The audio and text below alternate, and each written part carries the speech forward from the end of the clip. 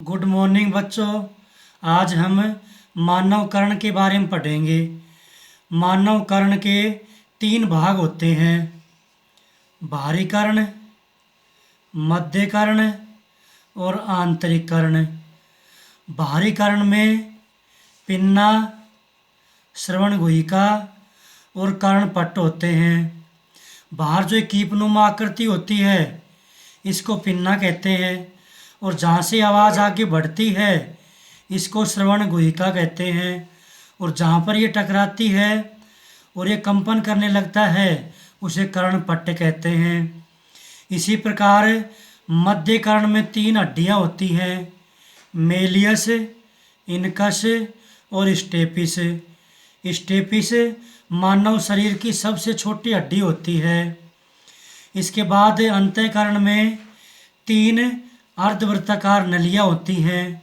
इनका सुनने में कोई उपयोग नहीं होता, ये हमारे शरीर का बैलेंस रखने में मदद करती हैं। उसके बाद श्रवण तंत्रिका होती है जिसमें द्रव भरा होता है। जैसे ही मनुष्य के द्वारा बोलने से या स्पीकर के बजने से ध्वनि बाहर निकलती है तो वातावरण के संपर्क में आती है, जहाँ पर पहले से ही कण मौजूद होते हैं। ये कण कंपन करने लगते हैं और पिन्ना से टकराते हैं। जैसे ये श्रवण गुहिका में से होते आगे बढ़ते हैं और कर्णपट्ट से टकराते हैं तो कर्णपट्ट कंपन करने लग जाता है। कर्णपट्ट से चूंकि मैलियस जुड़ी होती है तो मैलियस कंपन करने लग जाती है, और मैलियस से इनकस और इनकस से स्टेपिस कंपन करने लग जाती है। जब कंपन कर्णपट्ट से स्टेपिस तक पहुंचते हैं तो कंपन लगभग 20 गुना तक बढ़ चुके होते हैं।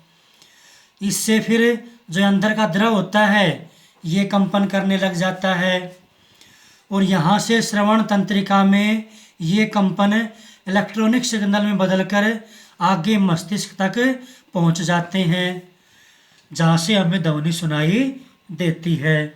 मानव कर्ण में 50 से लेकर 80 डेसिबल तक की ध्वनि को हम सहन कर सकते हैं, लेकिन जैसे ही ध्वनि 80 डेसिबल से ऊपर होती है तो वह असहाय होती है, मतलब उसको हमारा कान सहन नहीं कर सकता, जो हमें असहज महसूस होती है।